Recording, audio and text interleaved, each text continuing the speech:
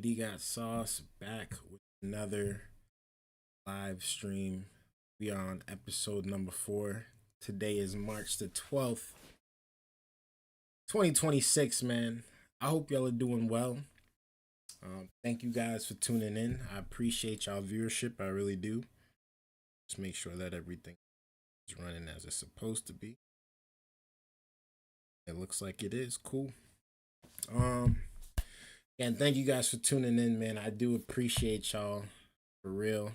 Y'all have been showing a lot of love, a lot of support for the last couple of days. And I couldn't be more thankful, man. It's good to be back streaming. It's good to be back posting constantly, and getting the ball going on a lot of these topics that we have to talk about. A lot's going on in the world. And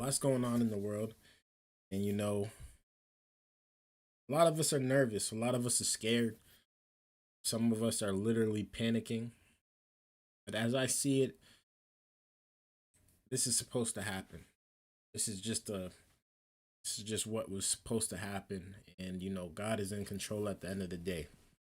You can't live your life in fear, because if you live your life in fear, then everything is going to stop. You'll start getting depressed, and you'll start thinking of stuff that you shouldn't be thinking about, and you go down a rabbit hole of woulda, shoulda, couldas, but you didn't.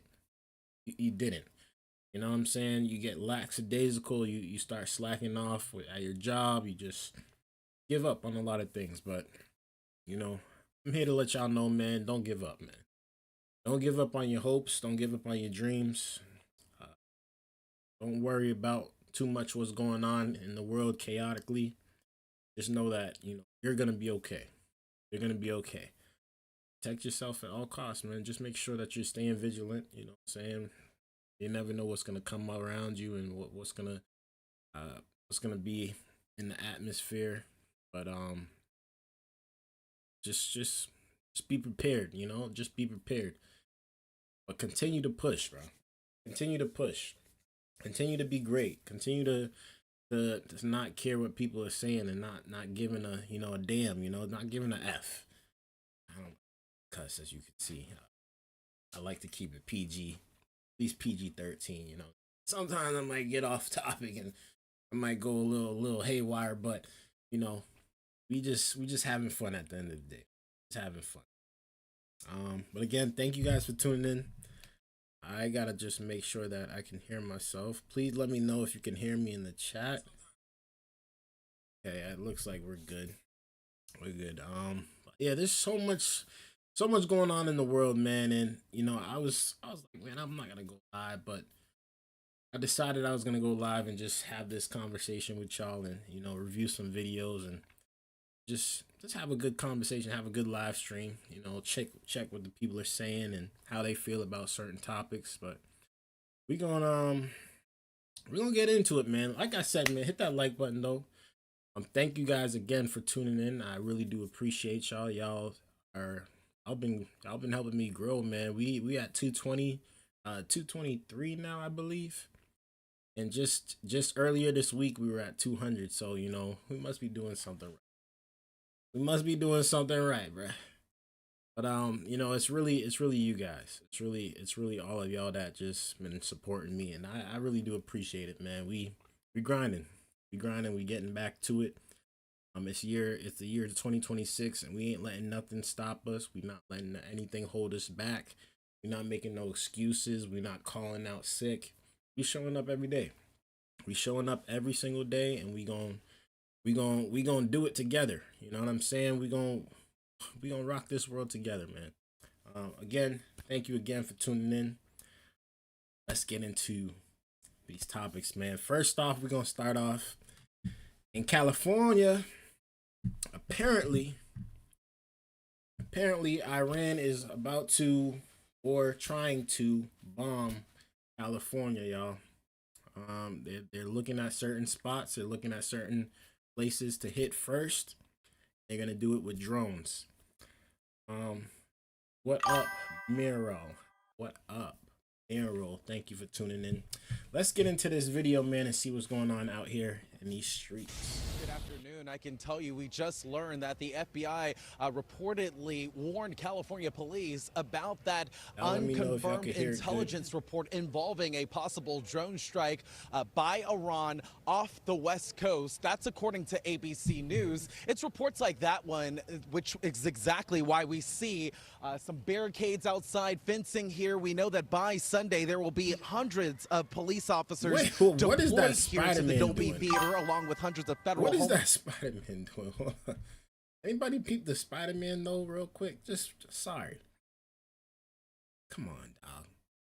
California's a different beast. It's police officers deployed here to the Dolby Theater, along with hundreds of federal Homeland Security and FBI personnel. Moments ago, in a virtual news conference, Governor Gavin Newsom said that he was aware of those threats from Iran to attack areas of California with drone strikes. Take a listen. As it relates to the broader concern, as it relates to drone strikes, we've been aware of that information. We've been working collaboratively through the SOC, which we established right after the war began, the State Operations Center, working with the Office of Emergency Service, but also working locally to make sure we transmit any information that we have received, and we're aware of that, which has been reported, I think, by ABC7. We're aware of that information, and we transfer that information in real time to our local partners. Drone issues have been always top of mind, and we've assembled some work groups specifically around those concerns. But that's all I'll share at the moment. I have nothing more insightful beyond just what's been reported and how we're transmitting what we know to our local partners, which is critical. Which is a good thing. They haven't been bombing any place in the United States yet, and that's one of the main things that I'm really hoping doesn't happen. But of course, you know, anything can happen nowadays because we just living in a chaotic time. But I am hoping and praying that the United States does not get bombed, because I feel like, and this is my honest opinion, if they do touch America, it's going to be a lot more chaotic than it already is. A lot more deadlier than it already is. That's just my opinion. There you have it. But important to note, authorities emphasize there is no confirmed specific threat tied to the Oscars right now, but they say heightened vigilance is necessary given the global tensions created by the conflict with Iran. Authorities say an encoded shortwave radio message believed to have originated in Iran was detected shortly after the reported killing of the country's supreme leader on February 28th. Investigators say the number sequence resembled signals historically used to communicate with covert operatives and may have been intended for sleeper cells, though officials stress there is no confirmed threat tied to it right now. ABC News, as we just said, reporting the FBI recently warned California law enforcement about intelligence suggesting Iran may have considered launching drone attacks from a vessel off the U.S. West Coast if American strikes occurred. Officials say the report included no details on timing, targets, or perpetrators and remains unconfirmed. Meanwhile, large gatherings like the Oscars remain a focus. Security experts also believe other likely targets include transportation hubs like airports, Jewish facilities, and big sporting and entertainment events. The FBI and Department of Homeland Security say they are continuing to monitor potential retaliation threats today. They were looking to do something here that was going to get a lot of attention. Let me know that your is thoughts something down that below. would fall within their thoughts. group of targets. It is kind of believed that they have target folders already ready. Imagine if the Oscars gets bombed. Oh my gosh, that would be. I hope not. Go should that day ever come when they get operationalized. The fear is that this day has come. Security around the Dolby Theater will be extensive. Officials say bomb squads will scan every arriving vehicle using detection equipment and explosive sniffing dogs, while SWAT teams monitor for potential drone threats capable of carrying explosive devices. Undercover officers and specialized counterterrorism units from LAPD and the FBI, Homeland Security as well, they will all be stationed throughout this area. Back out here live at this hour, we can tell you that officials say sharpshooters will also be positioned on nearby rooftops, and officers will maintain 24-hour patrols in this immediate area surrounding the Dolby Theater. That is the latest for now here live in Hollywood. Good catch, man. Good catch. Let me know y'all thoughts about this down in the comments below. I'd really like to know y'all thoughts. My thoughts is this simply, be safe out there. Be very, very safe because, again, we don't know what's going to happen. We can't predict the future. But if we know certain places is going to get hit, I'd stay far, far away from those places. Honestly, I'd stay far away. And, you know, I was thinking of going to California next month. And, you know, ever since I heard this news, you know, I've been a little bit iffy about it. A little bit iffy. I haven't bought my ticket yet. Still thinking about it. I still might do it. But, like, just to hear the fact that California could possibly get bombed, I'm not a fan of that. I'll be honest with you. I'm not a fan of that, man. I'm not a fan of that. But we're going to see what else they saying about, they got a couple, there's another video here that I saw that is warning us about stuff. We're going to tune into that. The FBI warning of ahead of myself. Let's tune into this video right here and see what's going on. Again, I praying for California, man. It's already a crazy place already because of government over there and, you know, politics over there.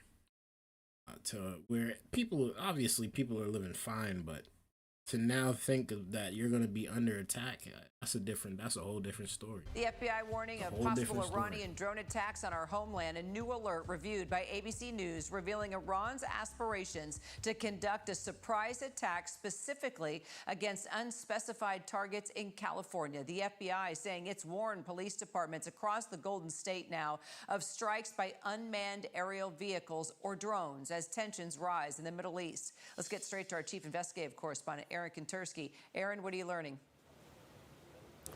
We've reviewed an alert that came within the last couple of weeks, Kira, just recently from the FBI to law enforcement agencies up and down the California coastline, warning that Iran is aspiring now to perhaps launch some kind of a retaliatory attack on the U.S. mainland using drones on the West Coast. The alert that we reviewed said an uncorroborated report suggested that unidentified Mexican cartel leaders had authorized attacks using drones carrying explosives, so they know that capability exists.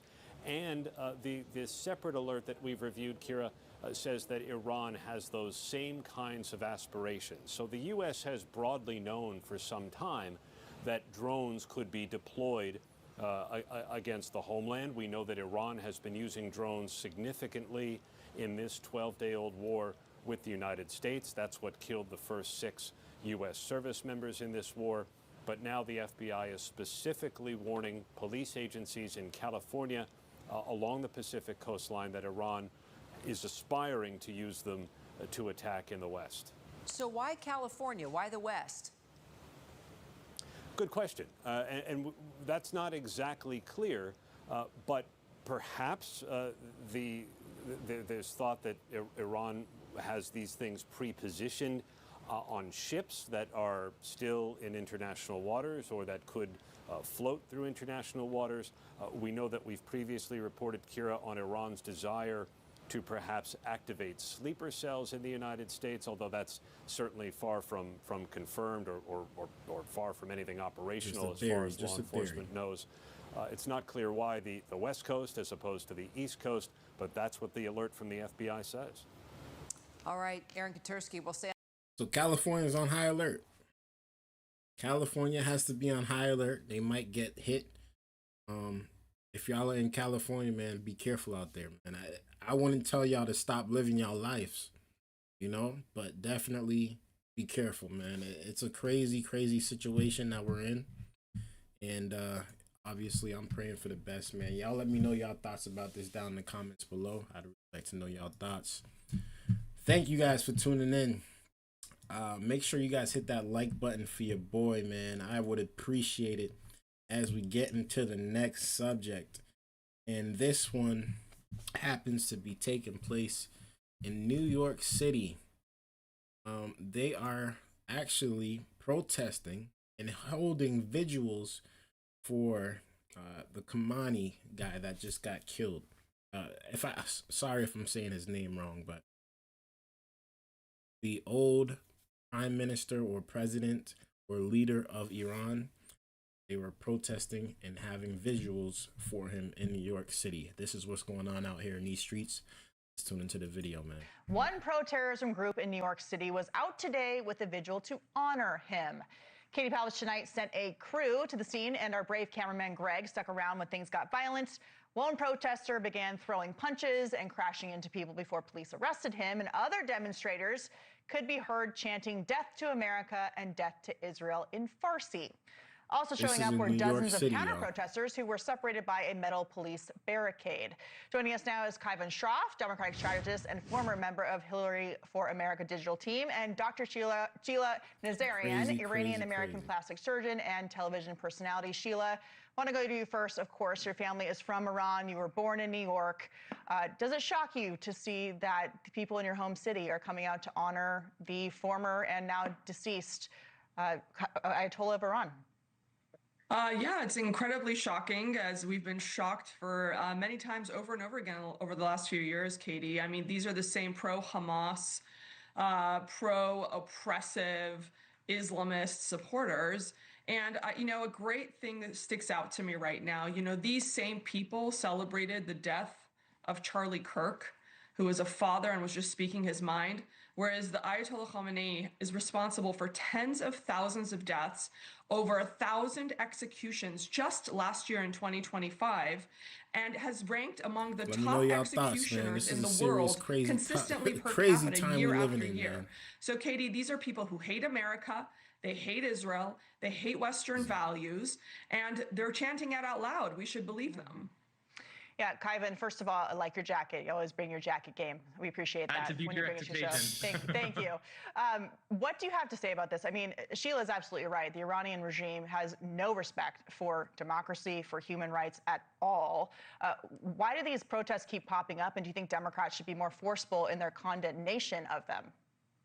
Well, I think everyone should condemn these. These are disgusting. Obviously, there's 350 million Americans. We each have that right to peaceful protest, and the rest of us have the right to be disgusted by it. And I think the vast majority, maybe 99.99%, are in that bucket here.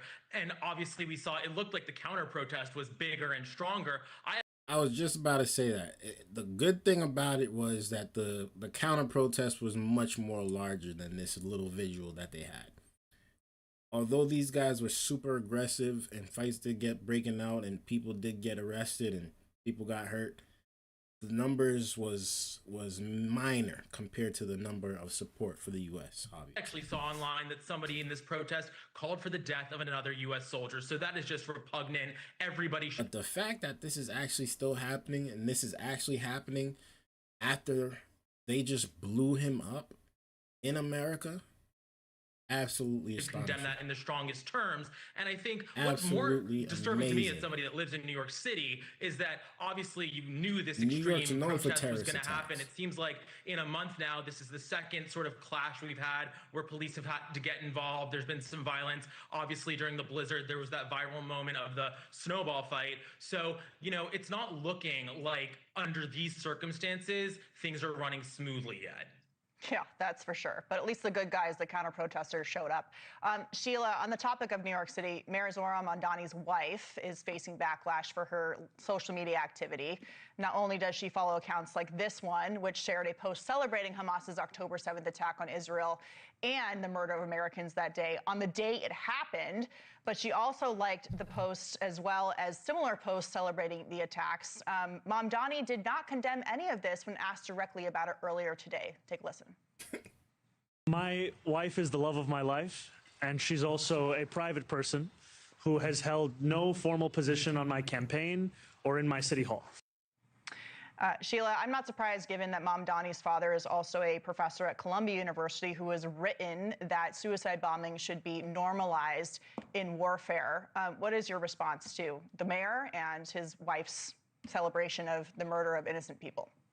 It is absolutely disgusting. These are Islamists in sheep's clothing. This is exactly what happened in Iran, Katie, when they overthrew the Shah. The Islamists joined hand with the leftists, and they used flowery words like equity and inclusion and joy.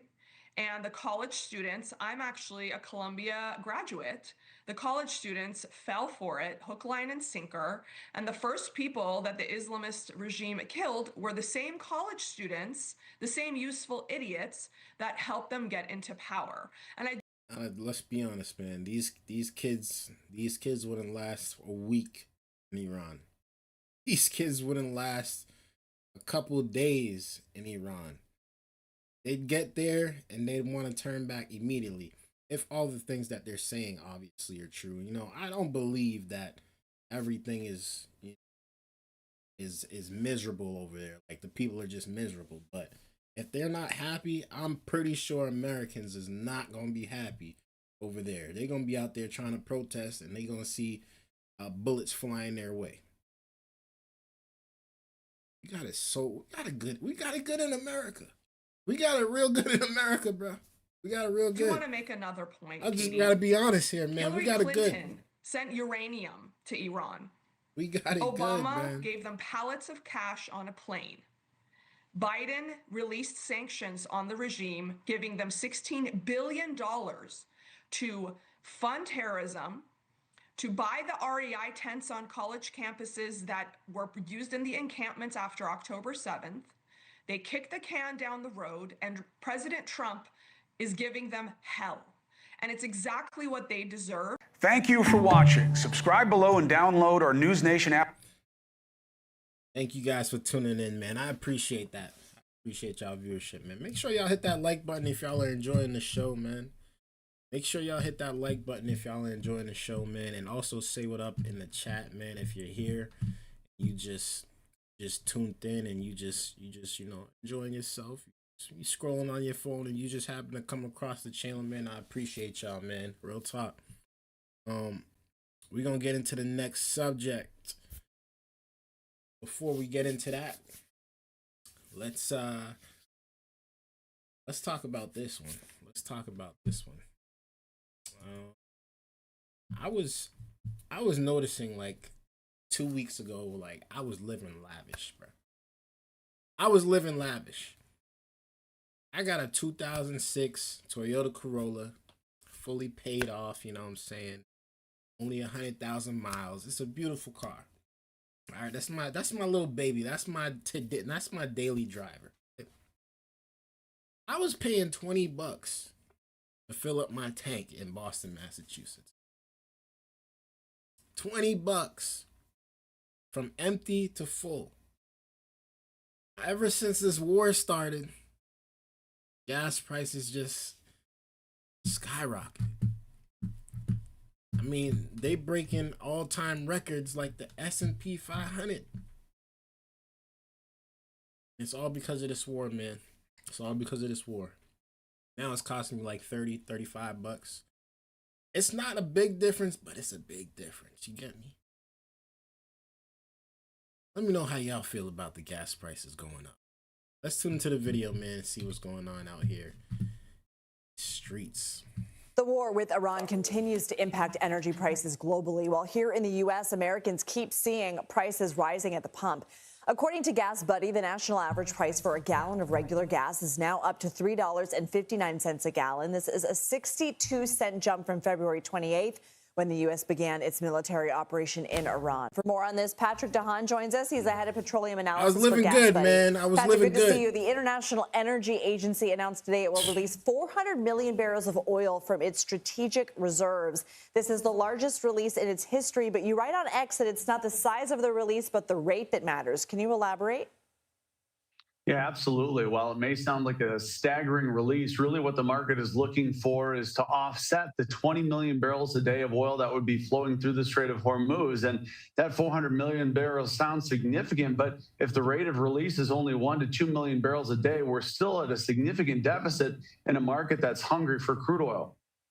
And the price of crude oil in the U.S. has gone back down after reaching nearly $120 a barrel during major fluctuations on Monday. It's now around $85 a barrel. What is the reason for the volatility, and how long will crude oil prices need to be stabilized before people feel relief at gas pumps? Well, it certainly is the instability that's driving oil prices as we digest various headlines on what could or couldn't be to come. As we navigate attacks, as we navigate responses to attacks, oil markets are left to balance the risk. Has the risk gone up? Is it going down? And that's why we're seeing oil prices swing very violently. For gasoline prices to cool off, we'd likely need oil prices to slow down, trade within a 1 to 2% range on a daily basis. For now, the violent upswings and downswings is making it very difficult to know exactly what is going to be next for Americans at the gas pump. Give me my low gas prices back, please. Please give me my low gas prices back. You know what it feels like to fill up your tank with $20? Like, you know how good that feels, bro? I understand y'all got issues with Iran and y'all trying to make sure they aren't nuking the place up and all this stuff, but bro, can't beat them gas prices, man. When they was under $2, bro. $2, bro. Now it's creeping back up to $3 in Boston, Massachusetts. Some places is already past $3. I feel like we in California, man. I feel like we in California. I'm not liking it. I know you're not liking it. I know they not liking it. We got to do something about it, man, because... Quick with you, but I want to ask you about the Strait of Hormuz because many have been critical of President Trump's proposed solution, using a little-known government agency to insure ships. Some experts say it's not enough insurance. Some Democrats say this is only going to help China because I think we only get about 7% of our oil from ships that pass through the Strait of Hormuz. Will this insurance make a meaningful difference in getting ships across? Well, we've seen this offer on the table now for several days, in addition to potential military escorts through the Strait of Hormuz. And a lot of it simply appears to be lip service. That is, ships still holding at anchor, very, very unsure whether traversing through the strait is the best idea, as the risk of attacks on vessels by Iran continues to be persistent and raising the risk. Patrick Tahan, always good to talk to you. Thank you.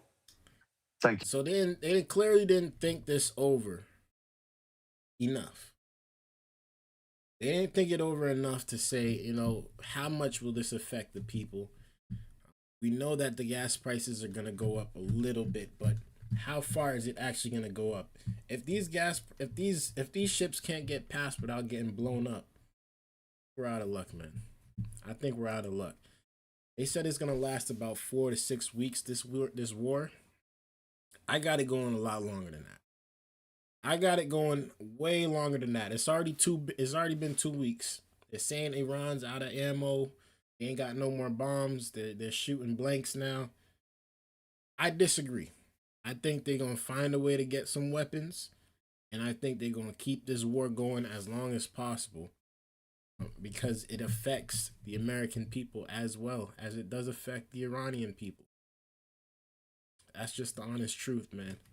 Let me know y'all thoughts about that down in the comments below, man. I'd really like to know y'all thoughts. Make sure you guys hit that like button, that subscribe button too, man, if y'all are new, man. I appreciate y'all, but we're going to get into the next subject. And we got a state senator, John Kennedy, one of the funniest senators on the internet, obviously, but also one of the realest. I'm not going to lie. Sometimes he says a lot of good things. Sometimes he says a lot of nonsense. But he has something to say today about what's going on with the Iran war and how he feels about the U.S. allegedly blowing up a school. And we're going to hear what he has to say about that. Let's tune into the video. Make sure you hit that like button for your boy. White House today assuring the Pentagon will release its report into a strike on a girls' school in southern Iran on February 28th. An emerging body of evidence, including CNN and expert analysis, indicates the United States was likely responsible for the strike, which killed at least 168 children and 14 teachers, according to Iranian state media. Over the past week, though, the Trump administration... Let's be honest. Nobody wants to see kids getting blown up. I don't really care if we're at war. I don't really care if we got a problem with somebody's government. Kids are kids. Yes, they can be trained. Yes, they can be molded. Yes, they can be formed into something evil, but we don't know. And they should not be a target at the end of the day. Has declined to confirm U.S. responsibility.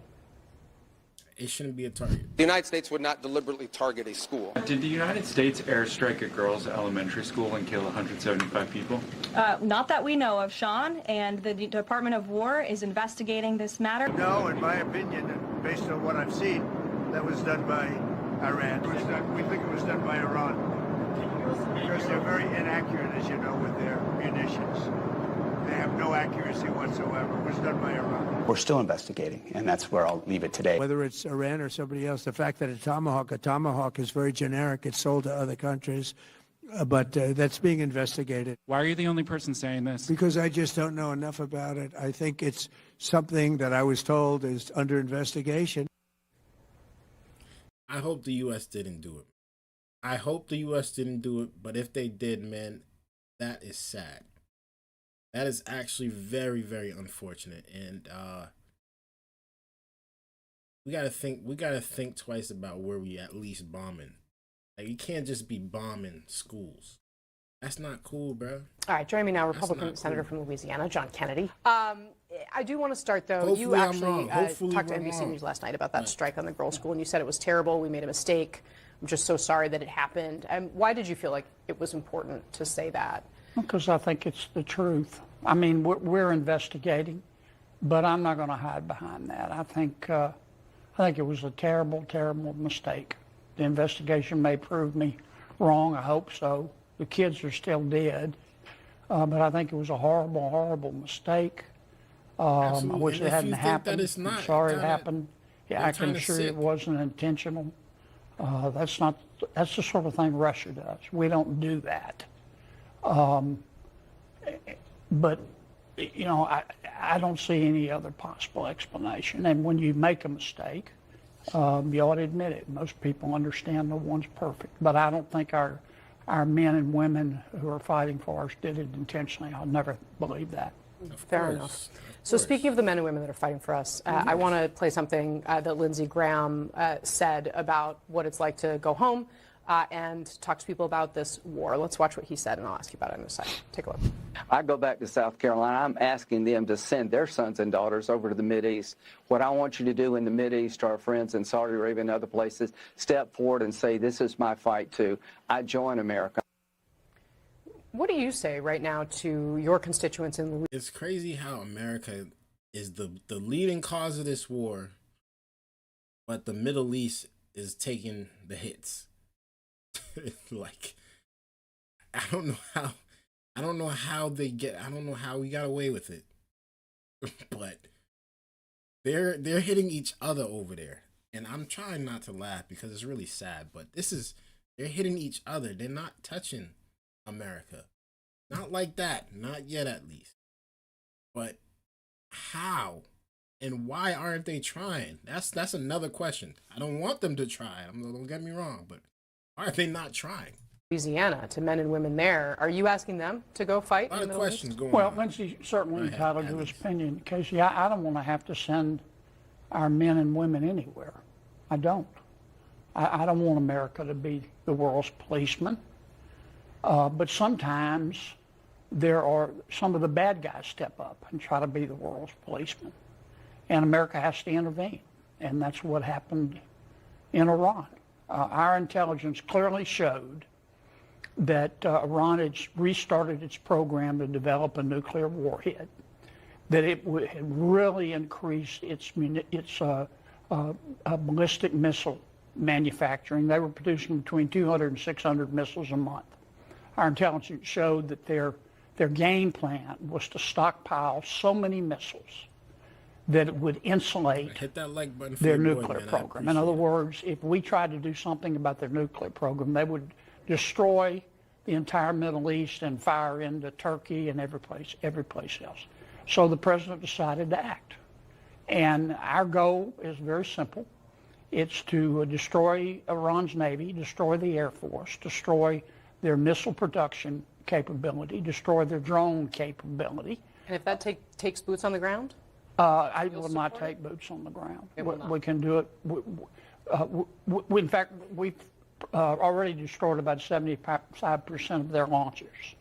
And I think you'll see the president finish that job, and then he'll get out. Let me know if y'all believe that we ain't going to have to put boots on the ground. Because from what I'm hearing, recently, they're saying that there's another nuclear site that is underground, and it's close to Iran, or it's not far from the capital, and it's underground, and the only way they can get to it, because the bunker busters are not reaching them, they're not hitting them accurately, or they're not damaging it. The only way they can possibly get there is by putting troops on the ground. That's the only way. That's what they're saying. That's the word on the street, allegedly. Now, if we had to put troops on the ground, we just entered into a whole nother realm of war. All right, right now, we're just seeing fighter jets and we're just seeing bombs getting shot back and forth. But troops on the ground is a whole nother. We're going to see a lot of dead people, man. It's unfortunate, but we're going to see a lot of dead people. I don't know if that happens. I think it's a matter of weeks. I do not believe the president will send boots or put boots on the ground. That's a whole different story. And as I said earlier this week, I don't think I'm wrong on that. But if he does, the thud you hear will be me face planting from surprise, from fainting, because I don't think he will. Fair enough. I do want to make sure I follow up with you on what we saw with the Department of Homeland Security, because you, of course, pressed Kristi Noem at that hearing, and then shortly thereafter, the president fired her from her job as Secretary of Homeland Security. Now, the topic that you pushed her on was the $220 million that she spent running TV ads. We pulled some of the numbers. Some movies that cost less to produce than this ad campaign include Top Gun Maverick, Barbie, Gladiator, Frozen, The Hunger Games, Oppenheimer, Iron Man, Deadpool, Jaws, Jurassic World. Terrible. Do you think this is why the president fired her, or was it more than that? I think it was sort of the final straw on the camel's back. Look, I accept responsibility or blame or whatever you want to call it. Nobody put me up to it. Nobody knew I was going to do it. Nobody looked at my questions. I had about 8 issues I wanted to talk to the secretary about. I got to 2 of them. I was appalled at some of her answers. So was the president when he called me that night. I could tell he was going to replace her. Look, I don't bear her any ill will. I mean, she executed the president's policy on securing the southern border. But when I see spending porn, $250 million spent on what in effect are political ads through a no-bid contract to her friends, I'm going to call it out every single time. I don't care who did it. And there are a lot of other problems over there as well. They were they were distracting from Congress's agenda, from the president's agenda, from more important matters. And I did what I did, and the president was, as I said, he was pretty worked up. Corruption. All right, Senator John Kennedy, thanks very much for joining us. Corruption. You heard it here from Senator John Kennedy, man. Let me know y'all thoughts about this down in the comments below. I'd really like to know y'all thoughts. Thank you guys for tuning in. Hit that like button for your boy. I'd really appreciate it. And hit that subscribe button too if y'all are new, man. We post content every single day over here. We just cover the news and add a little touch to it, man. But yeah, John Kennedy, one of my favorites, actually. One of my favorite Republican senators. Just because sometimes he's hilarious. He is actually really funny. But he actually keeps it real too, man. He's not one of those. I go with everything Trump does. He's not one of those type of Republicans. He's more of the this is how I feel. This is how you should be doing it. This is how we should be doing it type of thing. And you know, it's not always right. It's not always right, but it's effective. It's effective. We're going to get into the next topic here. I wanted to talk about the SAVE Act. The Save America Act. How voting is going to be changing if they do pass it. This is going to take a lot to pass, but it seems like the Republicans and President Trump is very, very, very strong on this, and they are going to do whatever it takes to try to get this thing passed. So let's tune into the video, see what's going on here with the SAVE Act. President Trump vowed this week not to sign any bills into law until a sweeping new voting bill is passed. Our White House correspondent Liz Landers takes a closer look at its prospects. Early Sunday morning, hours after returning from Delaware, where he took part in the solemn observance of the return of remains of 6 U.S. soldiers killed, President Trump posted about the Save America Act. Quote, "It supersedes everything else," he wrote, and, quote, "must go to the front of the line. I, as president, will not sign other bills until this is passed." And perhaps most importantly, I'm asking you to approve the Save America Act. If passed, the Safeguard American Voter Eligibility, or Save America Act, would transform voting in this country in 2 major ways. It would require all Americans to prove U.S. citizenship when registering to vote, and it would require all voters to show an ID when voting in person or by mail. So please let me know in the chat if y'all agree with this, if y'all feel any type of way about it. If y'all don't like it, let me know why y'all don't like it. Thank you for the subscription. I appreciate you. Shari, hopefully I said that. But let me know y'all thoughts, man, because a lot of people are saying this is not as bad as it looks, sounds. And then there's some people that are saying this is absolutely the worst thing that we have seen, and this is the worst thing that's coming to us. Voters submitting absentee mail ballots would have to provide a photocopy of their ID. The bill would also require states to frequently review voter rolls and remove any non-citizens. And it would mandate states share voter registration data with the federal government, which most states have refused to do, a move backed by several federal judges.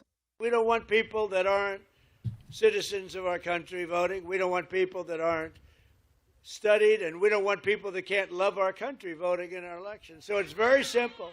But it's not that simple. By any definition, the number of ballots cast illegally and by non-citizens in American elections is incredibly small. We know our elections are more secure than ever. We know we have more protections and checks and balances against fraud than ever. And we also know that this administration has gone out hunting for fraud with all of the tools of the federal government over the last year, and they have found virtually none.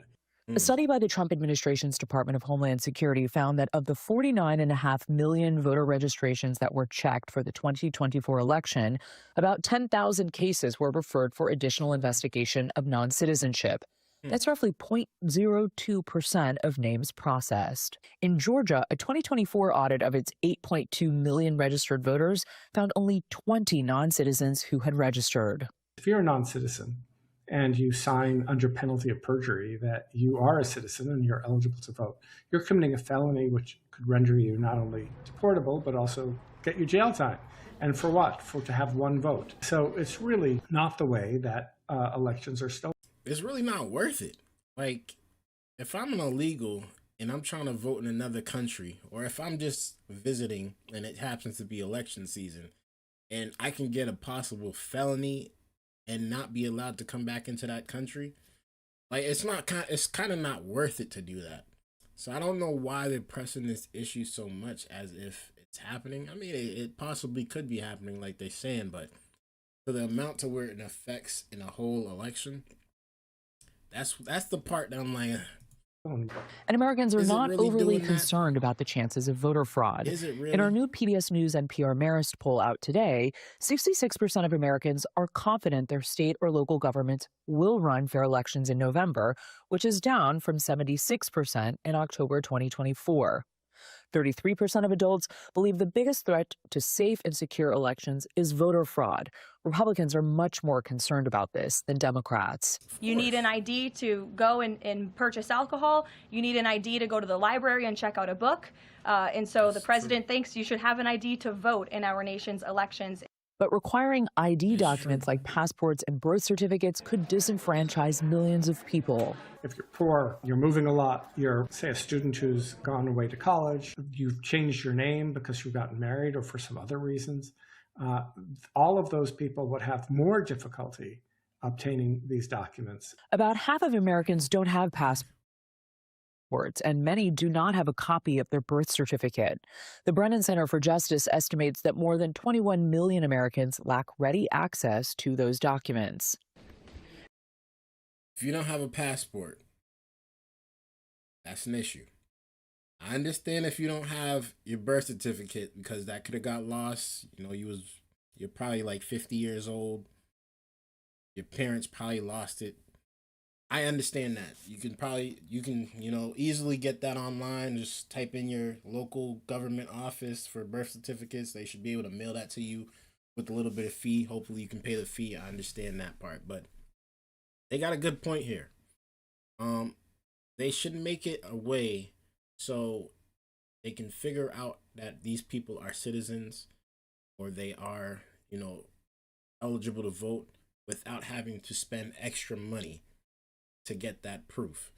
Because there's plenty of ways to confirm passport, like you said, birth certificate. They should be able to find the records in their system somehow, in the government system. So they should be able to make it so it's not going to be a pain and a hassle to go buy $100 50 passport. But at the same time, you should have your passport. Like, there's really no excuse. I'll be honest with you. Unless you're like, you really can't afford it, like you're out of luck, you don't travel. Maybe that's probably why you don't have a passport. But like, bro, I know babies that got passports.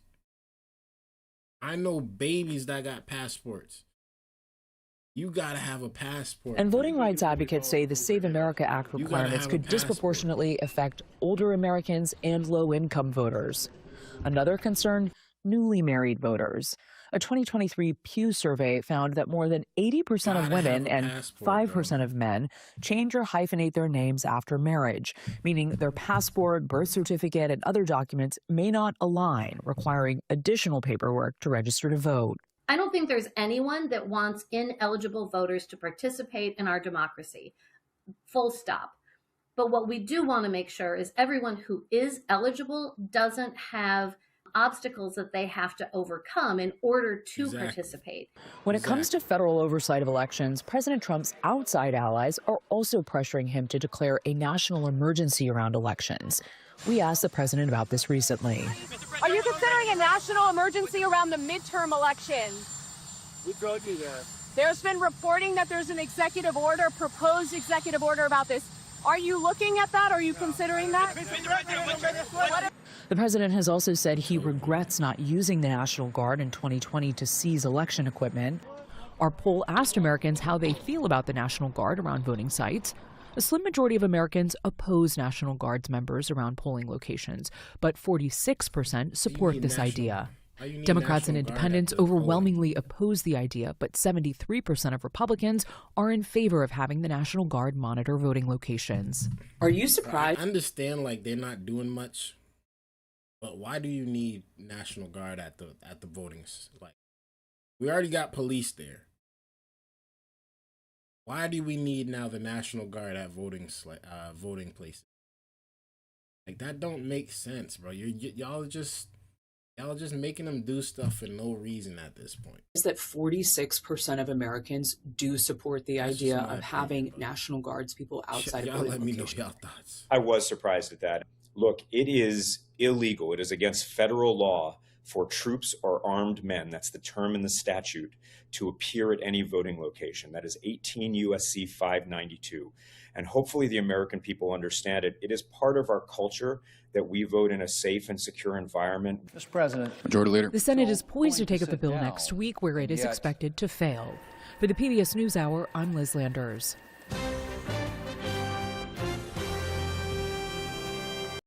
So this could be possibly coming Support to your America. Could be possibly coming to our local government if it gets passed in the Senate and Congress, obviously. Let me know y'all thoughts about this down in the comments below, man. I'd really like to know y'all thoughts. Thank you guys for tuning in again. Make sure you guys hit that like button. And if y'all are just in here for just a little bit, you know, double tap that screen for your boy, man. I really do appreciate it. It helps my channel grow. It goes a long way. It doesn't take you much. And I'm not even asking you to subscribe. But if you choose to subscribe, I appreciate that too. We're going to get into the last subject of the night. Again, the last subject of the night. I know I'm not here long. I'm here for a short time, but you know, I always have fun coming here. I always have a good time just because I get to talk my talk, and we know some people say what up in the chat. You know, some people talk their talk in the chat, and we just have a good time, man. Together, we just enjoy the good news that we're seeing, enjoy the bad news that we're seeing. And we just give our opinions, man, every single day, every single episode. This is only episode number 3. This is season 3. If you guys have not been watching me, or if you guys are new to the channel, this is my 3rd year doing this. Last year was one of my lowest years. I say that. One of my lowest years because I had gotten my first channel taken away from me. So I created this channel because I was like, you know what, I still want to do this. I still wanted to stream. I still wanted to post on YouTube. I still wanted to, you know, engage with my family. I say y'all my family because, you know, we build a community around here. But last year, man, I got my first channel demonetized, and it hurt me. It took me a while to like want to come back and get motivated to stream and to record videos again. But you know, this year I decided that we gonna push forward again, man. We just gonna push forward and have a good time, and then just enjoy it while it's here, man, cuz you know, nothing lasts forever. Nothing lasts forever. And at the end of the day, like, we just giving our opinion about stuff. Like, you don't have to tune in. You don't have to say what up. You don't have to leave a like, but because you guys are somehow attracted to me in some way, not like physically. I'm just saying, like, I drawed you to this channel. You guys choose to support me. So it makes me feel like I shouldn't give up. It makes me feel like I have to show up.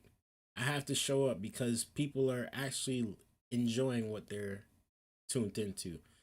And again, I appreciate that.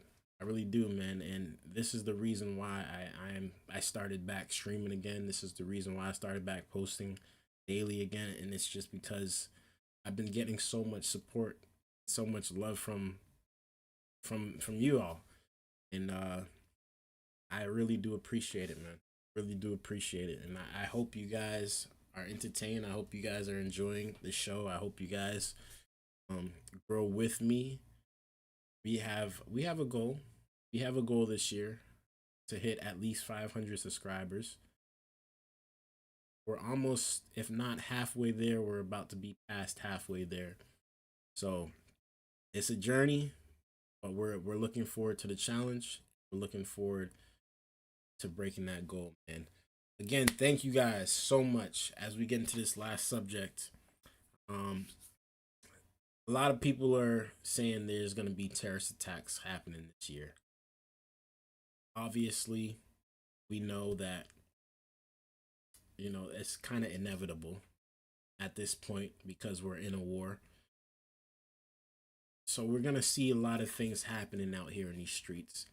And within this last couple of hours, last day, there's been a shooting or threat of shooting where a man had taken his truck and it was full of explosives, and he went into a synagogue. He tried to go into a synagogue to blow it up. Let's tune into the video, see what's going on out here in these streets, guys. Thank you again. Hit that like button.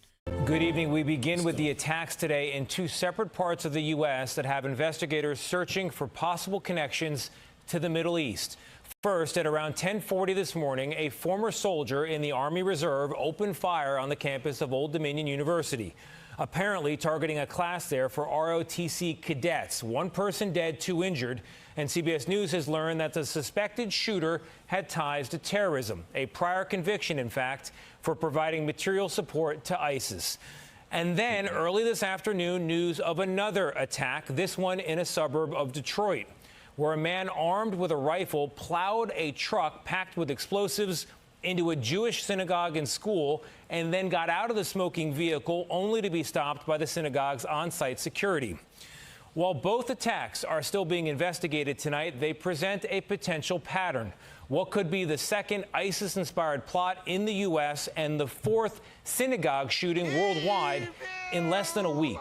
Our reporting tonight, starting with CBS News Justice correspondent Scott McFarland. Scott, good evening. Tony, good evening. More than 100 kids attend a school inside that synagogue. They were unhurt and safely escorted out as security repelled the attacker. The attacker was then killed. This happens as they beef up security around synagogues in communities big and small nationwide. Chaos at the Temple Israel Synagogue in West Bloomfield, Michigan, just before 1 p.m. when police were alerted to an active shooter situation. A man armed with a rifle rammed his car through the front doors that houses a preschool and a kindergarten. He breached the building, drove down the hall, and he was engaged by security. One armed security guard was struck by the vehicle, while other guards immediately engaged the suspect in gunfire. I can't tell you what he died of until we get a little further. We haven't actually gone into the car. Black smoke could be seen billowing from the building as dozens of officers arrived at the scene and quickly locked down the area. So you see how much police officers were there? Seen billowing. This world is a sick place, y'all. Sick place, man. And the saddest part about it is these people are targeting little kids, innocent kids, really don't know what's really going on in the world. They got no clue. They haven't grown into their beliefs. They're just running around having a good time, enjoying themselves at school, and to be interrupted by this. This is why I pray every day for my kids, because honestly, like, this is one of the worst possible situations a parent can be in. Worst possible situations. And thankfully, nobody got hurt out of it. From the building as dozens of officers arrived at the scene and quickly locked down the area. Frightened parents ran to the school to pick up their children. CBS News has learned emergency responders found explosive materials in the suspect's vehicle. Something ignited in the vehicle. That's a work in progress. We're, through an abundance of caution, clearing the vehicle for IEDs or any explosives. It's still unknown why the synagogue was targeted. Temple Israel calls itself the nation's largest Reform synagogue with 12,000 members. It offers early childhood education and educational programs for families and adults. The FBI had led an active shooter training drill there just 6 weeks ago. The Bureau has been recently issuing a series of bulletins warning of increased targeting and threats against synagogues nationwide. Terror. Yeah, it's horrible. All across the country, Chicago to Cleveland, Tucson, New York, here in Washington, they have announced beefed up security and protection and police at synagogues in those communities. And Tony, they were ready with extra enhancements in Oakland County, Michigan. Listen, man, it's a sad, sad world, man. Really, really sad world.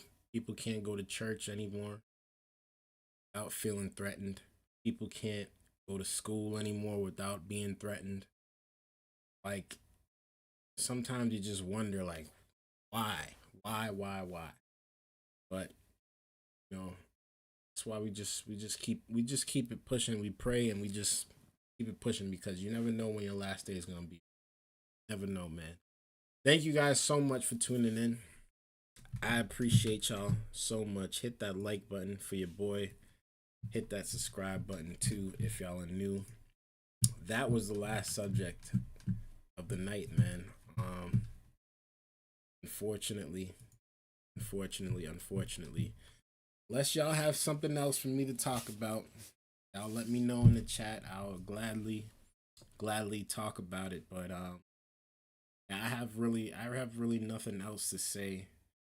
Not to say, but to go over video wise. I'm just gonna chop it up for the last couple of minutes and just go out with a bang, man. Today, good day. Smooth stream. We streamed for a whole hour. We're getting back into the roll of things. Yeah, I appreciate y'all. I really do. I'm not gonna say, I'm gonna keep saying it, because this is just a stepping stone for greatness here, bro. It's just a stepping stone for greatness. It's all because of y'all, man. I put in the work too, but y'all put in the work by supporting me. And I pray that all of you guys are well off. I pray that you guys are doing good. I hope that y'all chasing y'all dreams, y'all motivated, y'all stay positive, y'all go out there and kill it, man. Because shoot, nobody's gonna believe in you but you. So block out the noise. Block out the noise. Attack your dreams. Go after your goals. Accomplish it. Go after more goals. Just continue to keep climbing that ladder. Greatness. You got it in you. I got it in me. We got it all in each other, and we can do it for sure, man. Don't let nobody defer you from your dream. Man or woman. Man or woman, man. That's my message to y'all. Again, thank you so much for tuning in. Hit that notification bell. I should be back. I want to say Saturday. But most likely it's going to be Sunday. So just turn on your notifications. I think I'm going to do an early stream on Sunday, because I have stuff to do later on in the afternoon. And yeah, I'll definitely be back Sunday, Monday, probably again next Thursday. So y'all stay tuned in. I appreciate you again. Until next time, man, my friends, stay blessed, stay motivated, stay positive. Love you. Till next time.